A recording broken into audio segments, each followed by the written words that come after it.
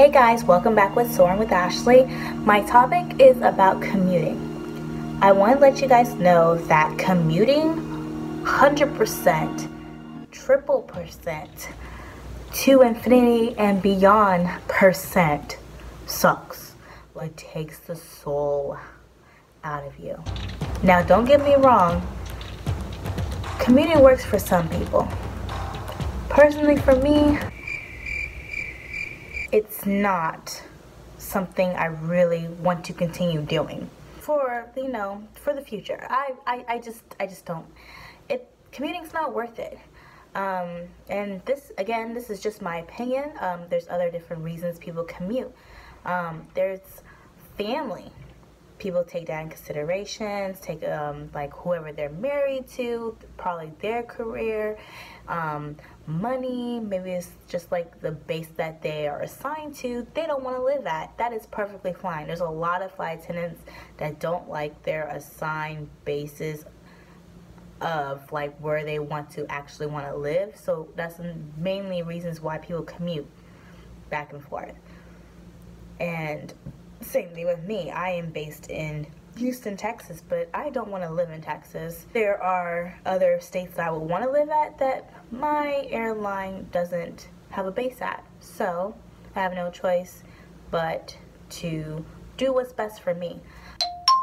Sorry guys, there's totally like a bug on the window that is like totally distracting me, and I am terrified of bugs. If you see me going a little crazy, that's why.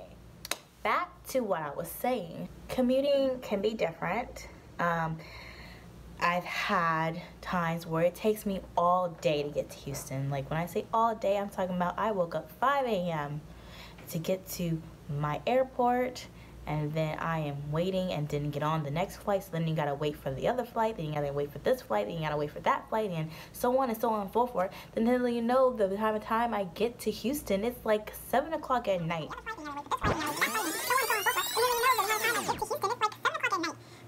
Exhausted, and I'm supposed to do a trip early in the morning the next day. A lot of times I do fairly well. I do a bit well. Like there's 2 direct flights from where I'm at to go to Houston, and it's actually my metal, so then that's easier for me and my priority to get on. So I tend to not have that much of an issue to get to Houston. So when I hear my friends or somebody complain like, oh my gosh, oh my gosh,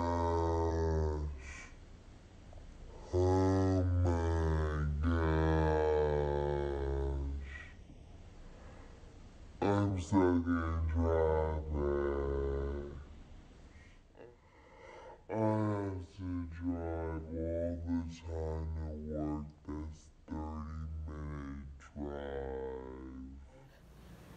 I don't want to hear it no more. I have to drive. Sometimes, I think last year, the whole month of September was horrible for me to get to Dulles when I was based there. I had to drive every single week to Dulles. That's even like money, gas, round trip. That's like $40 each time. Do 40 times 4. That's like extra on top of you needing gas when you're home to do whatever you need to do in your personal life. It was just exhausting, and I felt like I wasn't saving money. So that's my downfall of commuting. Hopefully pretty soon I will be moving on to the other airline that I've been waiting on. Just haven't got my training date yet, and at this point I probably will still have to commute just a little bit to wherever they base assign me at, but my goal is to definitely, at this point, I can't. The regional airline, I was able to get a reserve line very quickly, like less than 8 months. It just makes it very hard for me to commute. And then when I couldn't commute onto the flight to Dulles, it'll be a 30-minute flight from where I live to get to Dulles. And if I can't catch that flight, the flight's full, or I was too low on my priority list, then I had no choice but to drive. And then from where I'm driving, it's a 3-hour and 40-minute commute. So once I go mainline, my goal is to definitely move to where I'm assigned the base that I'm told to go to, because I feel like it will just take an immense stress off my back. I'm in a situation where I don't have a family, I don't have no kids to tie down to, and it'll probably save me, even though I'll be paying another, to go to like rent or something, probably still save me a whole lot of money. Because if you think about it, when you're commuting and back and forth, things can go wrong, flights can be delayed, could be canceled, and you're stuck at a connection where you're not at your base and you're not at home. So now you need to use your money or your credit card to get a hotel or a rental to get to work, or it's just so much.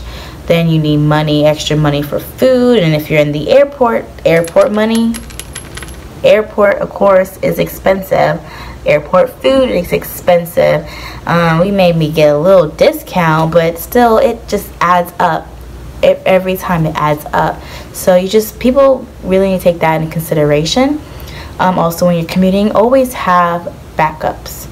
Actually, your backups have backups.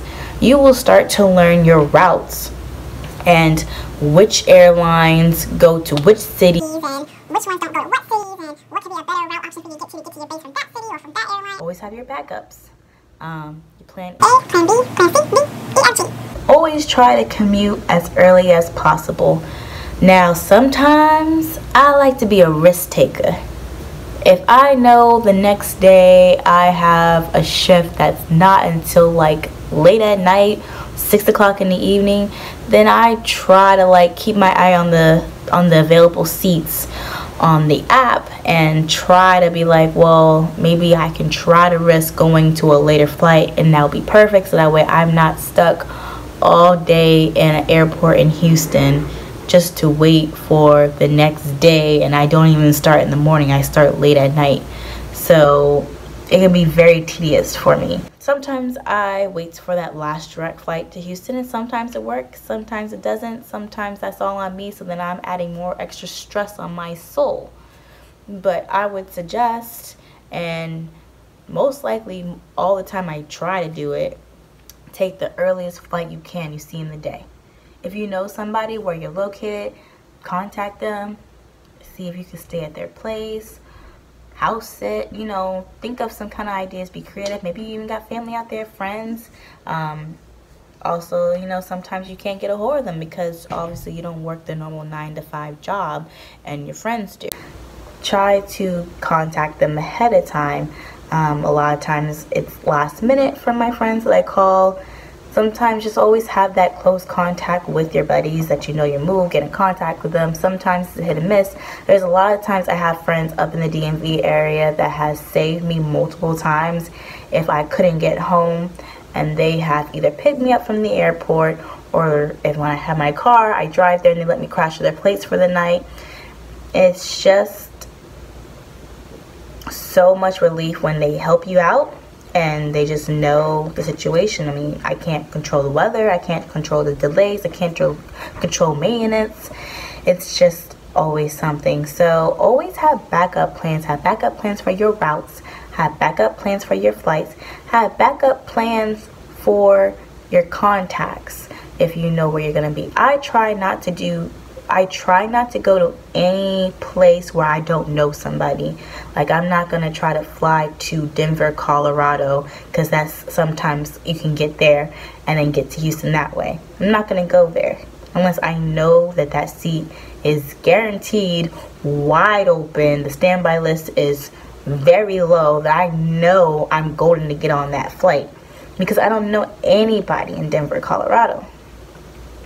And versus I have family in Raleigh, Durham, and they helped me out a couple of times where I couldn't catch a flight home, and I flew over there and spent the night and then made my way home the next day.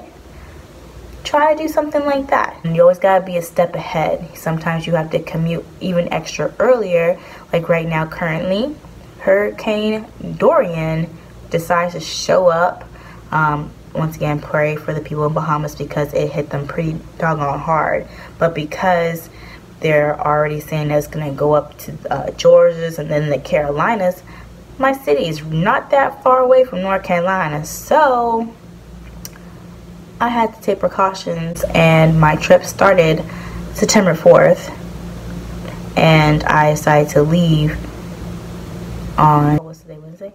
Oh, I was thinking about leaving on Labor Day, but flights were super bad because a lot of people travel on Labor Day, so I just like, forget it, I'm taking the risk. So this is where my risk-taking moment came in, and I actually just commuted yesterday, which I was originally planning on doing that anyways. I was just a little bit more cautious because Dorian is coming, and I didn't know how much it was going to be because there's a lot of people who are changing their vacations and their plans and everything like that going on right now. So actually, since it's supposed to make their way up like Thursday, Friday, I might have an issue getting home this weekend because of Hurricane Dorian. So I have already asked a friend I knew out in the DMV area. Then I can't ask my like family in North Carolina because that's where it's supposed to be really be going.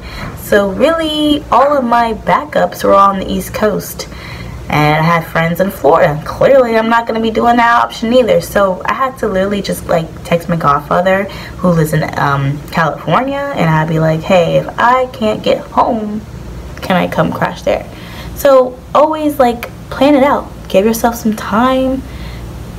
Try to ask your friends or relatives in advance so you're not asking them the last minute. I feel horrible when I do, but again, I can't. I am not God. I'm not a mechanic. I can't like do anything about my aircraft or weather or any kind of situations like that that is out of my control for me to get home. Flight attendants go through a lot, and you have to be able to stomach it. And commuting, if that's something that you chose to do, something you have to stomach it. It is stressful, but it's doable. At the end of the day, the airline is not going to be paying for your hotel rooms to get commute you in. That is the main reason why they want you to move to your domicile. Now they'll get you to training and they'll get you back from training, but everything else, if you decided not to move to your domicile, you're on your own. There's things you have to really consider because you're gonna be new, you're gonna be on probation, and once you mess up, you really need to be like perfect attendance throughout your probation.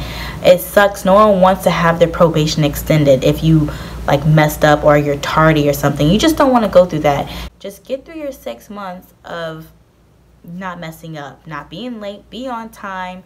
Like, just do what you need to do so that way you can get through that probation, because 6 months is a long time. As flight attendants, you're most likely getting your probation is 6 months long. So to even like mess up and be late for something and extend it longer, just don't get there. Try to like wait after your probation, like maybe get a crash pad or team up with somebody, get a roommate if you feel like you're gonna be trying to come from the West Coast to your East Coast domicile and vice versa. Unless you're close, I've like when I was in Dulles, I was the new flight attendant, I was on reserve, I commuted. It was close. If I couldn't miss my flight, I can drive for 3 hours and 40 minutes. Now, if I had started out doing Houston, Texas, there's no way. I'm not driving 21 hours or more if I can't catch a flight to Houston. So really be smart about it. If you really want this career, you really want this job, think about it, analyze it, talk it over to yourself. If you have family, talk it over with your hubby, your partner, Mom, Dad, whoever you need to talk to about it. where you can come to some kind of agreement, decision where you feel good about it, and just go for it. This is the life of a flight attendant, guys. So there you have it. Your commute will never be as smooth sailings as it could be. Smooth sailings, a lie, but yeah, that's about it. Thanks again for everything and for watching, and don't forget to like my page, subscribe,